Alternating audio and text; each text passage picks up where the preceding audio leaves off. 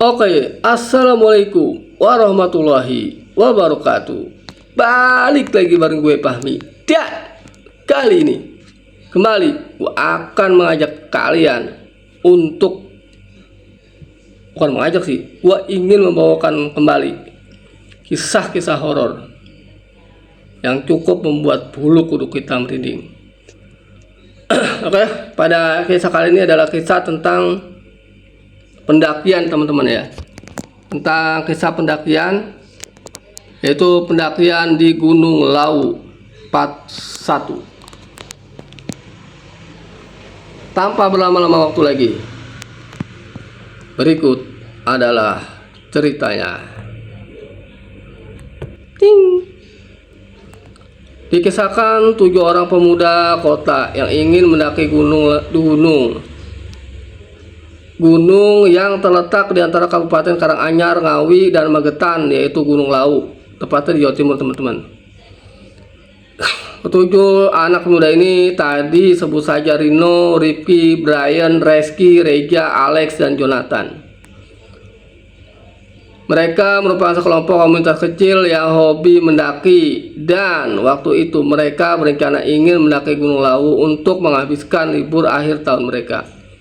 Mereka berkumpul di salah satu kafe di daerah Jakarta Selatan untuk nongkrong sekalian membahas rencana liburan mereka di Gunung Lawu.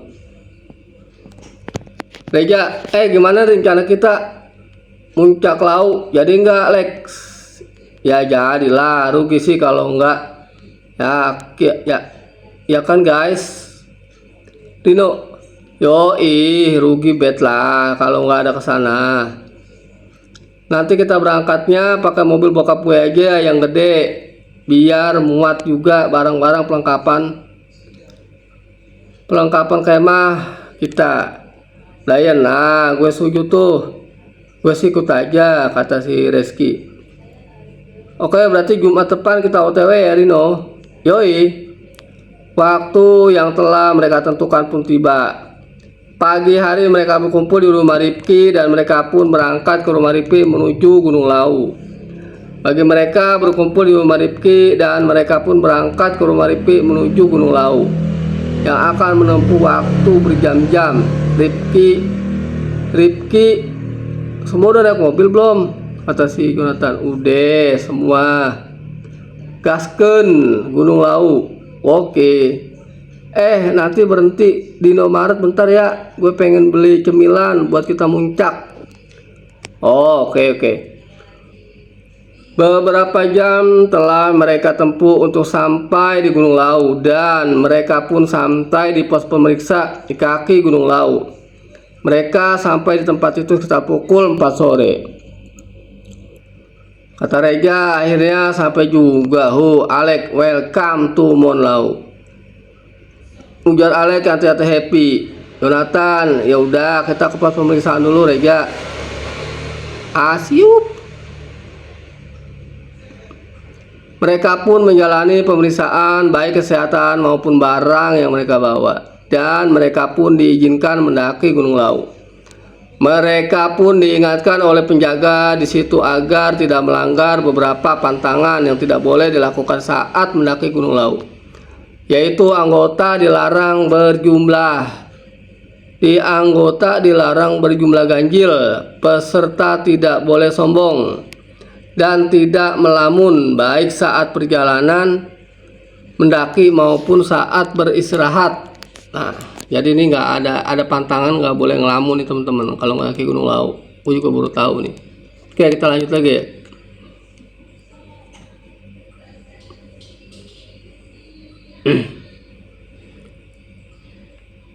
Maupun saat beristirahat, dan juga bila bertemu burung jalak gading untuk menyapa burung tersebut. Tapi sudah melanggar satu pantangan, yaitu mereka berjumlah ganjil 7 orang. Reja, gimana nih? Kita kan ganjil, ntar dilarang naik sama penjaganya. Kata Rifki, gue ada ide, salah satu dari kita misah dulu sementara biar ntar penjaganya ngira rombongan itu genap. Kata si Alex. Oke. Kalau gitu gue aja deh yang misah, ntar gue tunggu di bawah pohon tuh. ujar Alex sambil menunjuk salah satu pohon. Mereka pun telah melewati pemeriksaan dan mulai mendaki. Tapi Jonathan memilih untuk menunda bentar untuk mendaki. Reja, lu gak ikut naik? Naik aja, gue mah tenang aja di gunung. Udah kayak rumah gue sendiri, jadi santai aja sendiri juga. Gue bisa kok naik ke atas, ntar gue nyusul, kata si Reja. Oh, oke lah, ya udah teman-teman, kita naik aja duluan. Lu jangan lama-lama, ntar kami tunggu di pos 2, Jonathan. Iya, tenang-tenang aja. Mereka pun mulai menaiki Gunung Lawu sekitar pukul 16.30 WIB. Dan mereka mendaki dengan jumlah genap, yaitu 6 orang. Jonathan mana? Brian, tahu tuh, katanya nanti dia mau nyusul. Terus si Alex, oke. Di perjalanan mereka pun bertemu dengan jalak gading dan mereka pun menyapa burung itu. Tidak lupa juga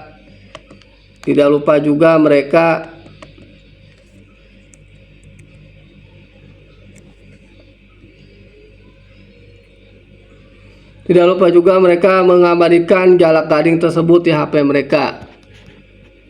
Itu burung jalak gading ya?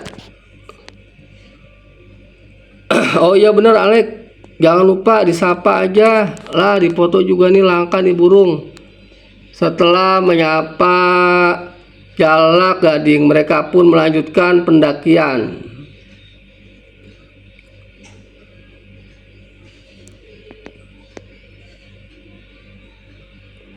Saat mereka mendaki, Ripky sempat melamun, dan saat melamun dia melihat Brian berjalan menyimpang dari rombongan, berjalan ke arah jurang. Lalu Ripky kaget dan mengikuti Brian. Saat Ripky mengikuti Brian dan ingin memanggilnya, tiba-tiba Brian menepuk pundaknya dari belakang. Brian, woi, lu ngapain ke arah jurang? Pengen mati apa lu? Lah, bukannya tadi lu di depan gue terus jalan ke arah jurang ya? Rino, lah ngadi-ngadi nih anak. Brian, tadi ama gue di belakang lo, Bambang, kata Brian. Iya nih, makanya lo jangan ngelamun. Kan udah dilarang. Ternyata yang dilihat Ripky yang mirip Brian tadi adalah sosok hantu rupa yang ada di kawasan tersebut.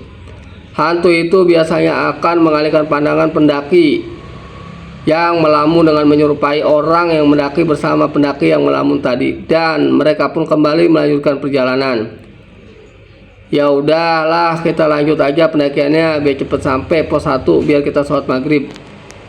Oh iya, bentar lagi maghrib. Mereka pun sampai di pos 1. Ripky, Reja, Rino melaksanakan sholat maghrib.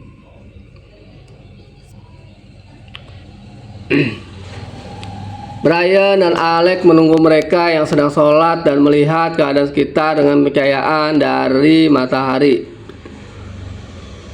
yang tersisa dibantu oleh senter mereka. Saat sedang melihat sekitar, Brian melihat ada seperti kain putih yang menggumpal di antara semak belukar. Alex, Bray, coba dah lu lihat itu apaan, kok ada kain putih ngumpul di sana? Ah, mana? Iya bener, tapi kok bisa ada di sana ya? Kan itu bawahnya kan itu bawahnya kurang, Alex. Bukan kurang kali, sorry teman-teman, ini jurang maksudnya. Bener kok, gue kayak kenal ya sama bentuknya.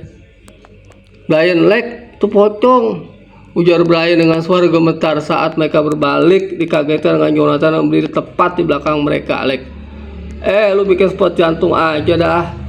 Iya nih. Kok lu cepet amat naiknya, katanya ketemu di pos 2. Alex, lah, kok diem lo, kenapa Jo?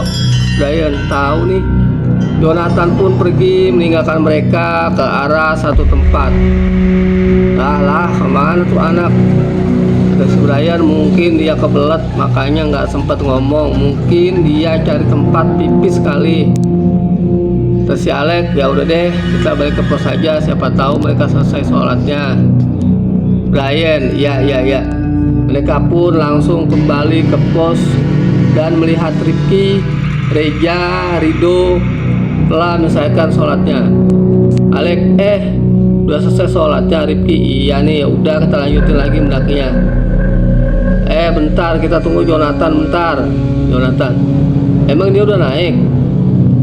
Iya, dia tadi udah naik. Tadi ketemu sama gue, sama Alek di pinggir sana. Lah, bukan kata si Jo ketemu dengan di pos 2 ya? Kata si Rifki, ya udahlah kita lanjutin aja. Saat mereka ingin melanjutkan perjalanan, terdengar suara Jonathan memanggil mereka.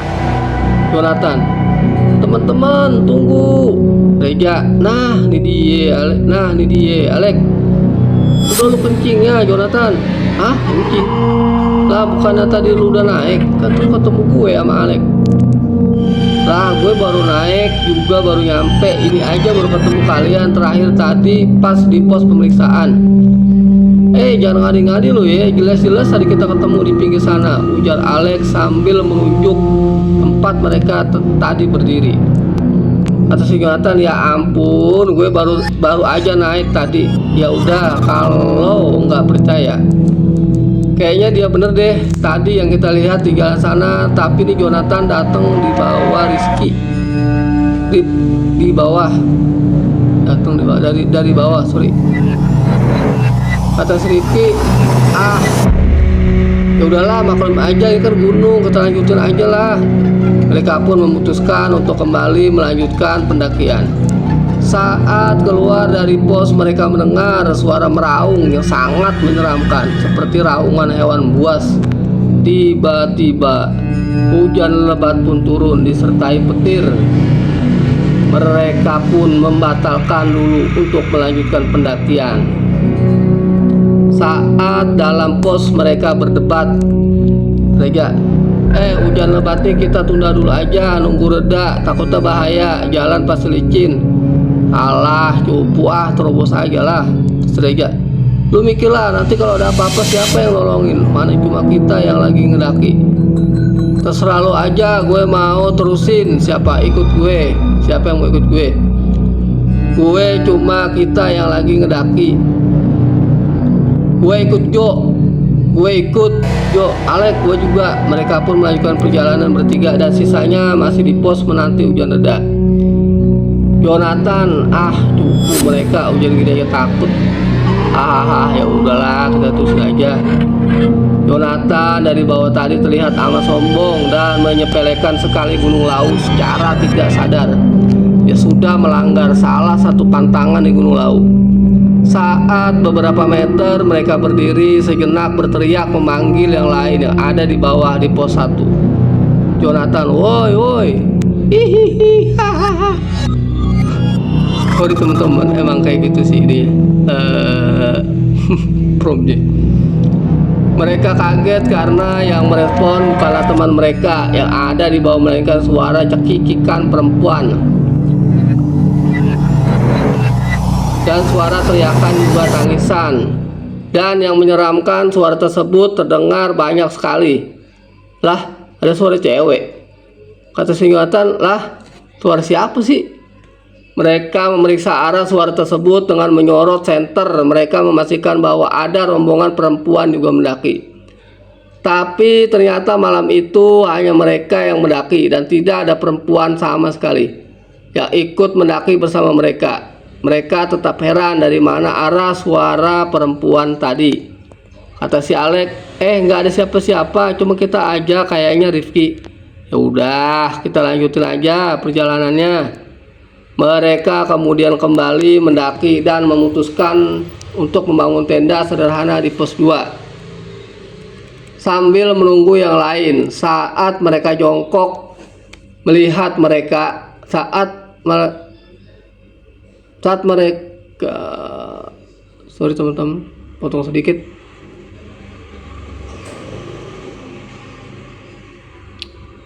Saat mereka ingin tidur, Alek melihat dua sosok perempuan yang menggunakan pakaian serba hijau, seperti setengah jongkok melihat mereka. Kata si Alek, ada cewek tuh, woi. Hah, yang bener lu, kata si Jonathan. Mereka pun menyorot senter mereka ke arah kedua perempuan tadi berdiri, dan ternyata Tidak ada siapa-siapa kali ya, ini salah kayak. Mereka terus menyorot dan terdengar suara cekikikan dan ketawa perempuan dari arah tempat mereka maksudnya nyenter gitu ya. Si Rifki bilang, astagfirullah, ada suara cewek tawa woi. Alek, lu apaan sih? Ah, bikin merinding. Saat mereka berbalik, mereka dikagetkan karena mereka melihat ada dua perempuan mengerikan berdiri di belakang mereka dengan senyuman yang menyeramkan. Mata merah dan muka pucat. Alek, ah setan. Rifki, ya Allah, Allahu Akbar. Karena ketakutan mereka bertiga saling berpelukan dan menutup mata. Saat mereka buka mata, sosok tadi sudah hilang dari pandangan mereka. Rifki, ya Allah, itu apa tadi? Alek, astaga, bikin spot jantung tuh setan. Kasih Jonathan, kita naik lagi aja, ntar ketemuan sama mereka di atas aja. Oke teman-teman, itu dari part 1. Oke, gua lanjut lagi ke part 2. Pendakian Gunung Lawu part 2. Di tempat berbeda, Rino, Reja, Reski, Brian yang sedang berada di pos 1 akhirnya memutuskan untuk menyusul Alek, Jonathan, Rifki yang telah lebih dulu naik ke atas. Reja, hujannya udah reda, yuk kita nyusul mereka. Iya nih udah reda, ya udah yuk. Reja, bentar, gue pengen kencing dulu, tungguin gue. Aduh, nih anak keduburan. Ya iya, awas kalian ninggalin gue, Brian. Ya nggak akan segoblok itu kami ninggalin lu, Ki. Saat mereka sedang menunggu Reski yang sedang buang air, mereka mendengar suara seorang pria yang berteriak. Awalnya mereka mengira itu suara Reski. Reja, oi, dengar nggak kalian? Ada suara orang teriak. Rino, iya gue denger. Jangan-jangan itu Reski, kata si Rino. Atau emang ada pendaki lain yang iseng teriak kali? Ah, nggak mungkin, ya udahlah kita cek. Ketika mereka ingin memeriksa keadaan Reski, Reja, nah tuh dia Reski. Teman-teman, kalian denger gue suara orang berteriak tadi? Denger dari awal, kami kira itu suara lo. Oh, makanya kami pengen samperin lo, kata si Reski. Ya udahlah kita lanjutin lagi. Mereka pun kembali mendaki dengan posisi Reski berada di belakang mereka. Tapi saat mereka melintasi jalur yang pinggirnya tebing, mereka melihat Reski sedang meminta tolong karena dia hampir jatuh ke dalam jurang. Untung saja ranselnya tersangkut di ranting. Itu Reski, Tasirino. Brian, ya iyalah cepetan woi, tolongin. Mereka menolong Reski yang terjebak di situ dan mereka pun teringat sesuatu. Aduh, lama bet sih kalian, gue teriak-teriak juga, tapi thanks ya lah, kata si Reja. Bentar, ini ada yang nggak beres nih. Nggak beres apanya? Tadi bukannya Reski jalan di belakang kita, ya kok sekarang malah ada di depan kita, nyangkut di tebing jurang lagi. Reski, nah gue di belakang kalian. Rino, oh iya bener, bukannya lo tadi selesai kencing terus samperin kita, terus lo jalan belakangin kita, maksudnya gitu. Iyalah, mana ada, malah gue dari tadi lama nunggu kalian datang di sini. Gue teriak-teriak minta tolong gara-gara gue nyangkut di sini. Enggak sih, mungkin jelas-jelas lo tadi di belakang gue, kata si Rino. Ah udahlah, anggap aja tadi salah lihat, maklumin aja, ini kan gunung. Mereka pun melanjutkan mendaki menyusul Alek. Jonathan dan Rifki memaklumi aja, ini kan di gunung. Mereka pun melanjutkan mendaki menyusul Alek, Jonathan dan Rifki. Saat mereka melewati jalur yang lumayan terjal, mereka melihat seperti kain putih berada di atas pohon meranti. Reja, woi, itu ada yang putih-putih di atas pohon, bisik Reja pada mereka. Rino, udah jangan dilihat, ntar lu nggak fokus, yang ada malah celaka. Ya Brian, udah cepetan. Ya. Saat mereka berusaha melewati tanjakan terjal itu, Reja kaget karena sosok putih itu tadi berada di dekat mereka. Dan Reja pun terjatuh. Untung saja Brian yang di belakangnya berhasil menahan tubuh Reja. Reja sakit ya, kesakitan tuh. Brian, duduk ya, tolongin tarik badan nih anak. Lalu kenapa Ja? Tanya Reski sambil menarik tangan Reja. Reja, aduh sorry, gue tadi kaget gara-gara sosok putih itu ada di dekat gue. Nah yang bener, perasaan dari tadi gue nggak lihat apa-apa di dekat tuh, cuma akar pohon besar doang. Ya udahlah, skip aja, mending kita buruan naik ke atas aja biar cepet ketemu sama yang lain. Mereka pun berhasil melalui jalur yang cukup terjal. Saat mereka sedang berjalan, mereka bertemu dengan sosok kakek tua yang mengarahkan mereka jalan. Nah, jangan lewat jalan itu, ikuti kakek, nanti kakek tunjukkan jalan yang benar. Ujar kakek itu dengan suara yang cukup menyeramkan. Seperti dihipnotis, mereka pun mengikuti kakek tersebut. Kakek tersebut membawa mereka ke sebuah gua. Saat mereka sampai di depan gua, mereka tersadar karena mendengar teriakan dari jauh beberapa pendaki lain yang akan turun. Woi, kalian mau kemana? Jangan ke situ. Hah? Kita di mana? Lah kok di depan goa? Iya bener, ya udah kita samperin mereka itu aja. Brian, ya iyalah. Kalian ngapain ke arah sana? Reski, kami tadi diajak sama kakek, katanya pengen bawa kami ke jalur pendakian yang benar. Walah, kena kalian kan? Kata si Reja. Kenapa bro? Lah kalian nggak tahu? Iya kami nggak tahu, soalnya ini pertama kalinya kami muncak di laut. Walah, pantesan. Jadi di sini itu ada namanya penyesat jalan, wujudnya kakek tua. Dia bakal ngajak kalian ke tempat yang salah dengan skandal bahwa kalian ke jalur pendakian yang benar. Oh gitu, udah syukurlah ada kalian yang nolong kami. Iya benar, thanks ya bro. Ya sama-sama. Lain kali jangan ngelamun saat sama langgar pantangan. Kalau ada yang ngajak ke jalur yang benar padahal udah ada petunjuk jalur yang benar, tapi malah diajak ke jalur yang salah, jangan digubris. Reski, iya. Sekali lagi makasih ya. Kemudian mereka pun berpisah dengan rombongan pendaki yang akan turun dan melanjutkan pendakian mereka. Di pos 5, Alex, Yonatan, juga Repki berhenti sejenak untuk beristirahat. Juga sekalian menunggu Reja, Reski, Rino, Brian.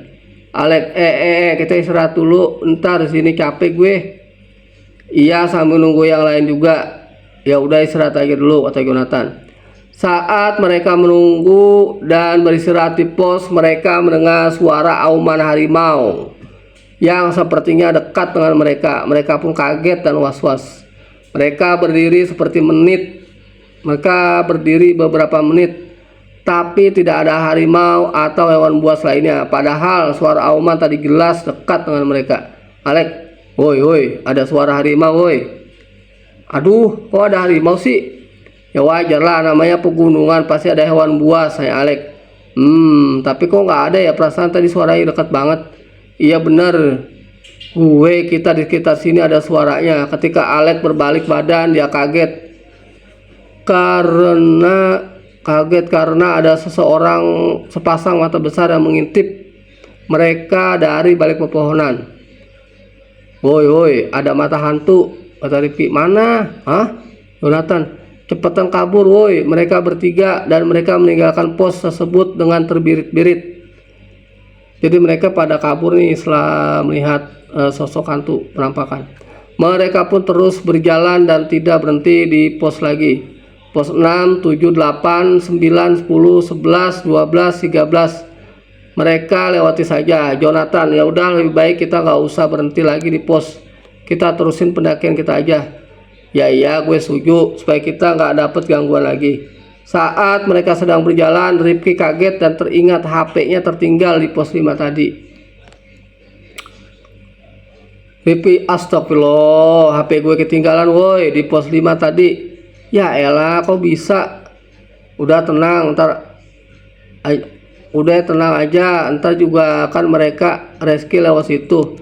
Juga mereka pasti lihat dan bawa kok. Saat sedang berbicara, tiba-tiba terdengar dering dari HP Jonathan. Nah, ini ada panggilan dari HP lo, mungkin udah dibawa sama mereka, Rega, Rifki. Hah? Beneran? Ya udah angkat. Ketika Jonathan mengangkat panggilan telepon tersebut, dia kaget karena dengar suara tangisan seorang wanita. Jonathan, woi, ini kok suara cewek nangis? Bisiknya pada Alex dan Rifki. Alex, hah? Masa sih? Alah, pasti mereka mau ngeprank tuh. Saat mereka sedang berbisik, mereka dikagetkan sesosok perempuan menyeramkan mengintip dari balik pohon. Dengan setengah wajah dan hantu wanita tersebut terlihat tersenyum ke arah mereka. Rifki, hantu! Alex, Miss Unipes, Miss Kunti. Aduh, kacau ini. Kita lanjut teman-teman. Mereka pun kembali berlari dan meneruskan langkah mereka untuk dapat sampai di puncak Gunung Lau.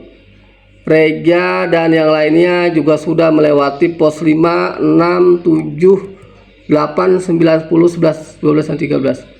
Dan mereka pun hampir bertemu. Saat mereka di pos 5 tadi, mereka melihat HP Rifki tertinggal. Dan mereka mengambil HP Rifki. Mereka melihat sepasang mata yang juga dilihat oleh Alex tadi yang mengintip mereka. Sumpah, ini pendakian kita paling horor yang pernah gua alamin. Sama, pengen turun tapi sayang. Ya kan kita udah jauh dari Jakarta buat kesini. Ya udahlah, anggap aja kita sekalian explore horor. Beberapa menit perjalanan mereka pun akhirnya bertemu dengan Alex, Jonathan, dan Rifki di pos 14 yang hampir mendekati puncak Gunung Lau. Reski, Alex, Jo, Rifki, Alex. Itu mereka, Reja, Reski, Brian, Rino. Reja, alhamdulillah akhirnya ketemu juga. Kasih Rifki, aduh, iya tahu nggak, dari tadi digangguin sama makhluk halus sampai nggak kehitung udah berapa kali. Lu kira-kira enggak juga, bahkan tadi si Reski hampir jatuh ke jurang. Anda dead. Hah, kok bisa? Kata si Reja, ntar gue ceritain ya, udah dikit lagi kita nyampe puncak nih. Iya nih, gue cepetan pengen bikin wedang jahe, dingin nih. Ya udah, anggap aja ya pendakian kali ini buat nambah pengalaman horor kita juga. Dan syukurlah kita semua masih dalam lindungan Tuhan Yang Maha Kuasa. Amin. Reski amin, Rifki amin, amin ya Allah. Kasih ingatan. Iya bener tuh, ya udah. Yuk dikit lagi yuk. Mereka pun akhirnya sampai di puncak Gunung Lau sekitar pukul 01.00. Dan mereka juga lega. Ternyata ada banyak rombongan lain yang mendirikan tenda. Mereka pun mendirikan tenda dan mereka menunggu matahari terbit. Mereka menunggu matahari terbit sambil menceritakan pengalaman yang mereka alami saat mendaki tadi. Dan keesokan paginya mereka turun gunung dengan rombongan lainnya. Hari itu adalah hari mendaki yang enggak sama sekali mereka lupakan. Selesai. Oke teman-teman, gua rasa untuk pendakian Gunung Lau sudah 2 part ya. Dan sudah cukup panjang nih kisah yang gue udah bawain tadi. Dan memang beberapa cerita ya, baik cerita legenda Nusantara ataupun urban legend di Gunung Lau yang gue pernah dengar juga, emang ya yang namanya di gunung sih teman-teman ya emang pasti ada lah yang namanya makhluk astral goib. Itu namanya di gunung pasti ada, karena itu salah satu tempat yang emang menjadi tempat favorit bagi makhluk halus ya. Gunung, terus apalagi ya gue lupa, laut apa gitu ya.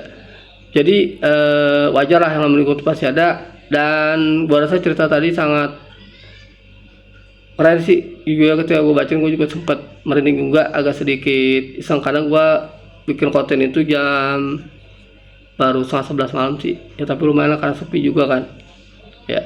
Oke, itu aja dari gue. Makasih banyak udah nonton dari awal sampai akhir, dan jangan lupa didukung terus Baper TV karena gue akan bawakan cerita-cerita yang lebih menarik dan lebih seram lagi. Terima kasih banyak. Salam ding, salam gosmi. Wassalamualaikum warahmatullahi wabarakatuh.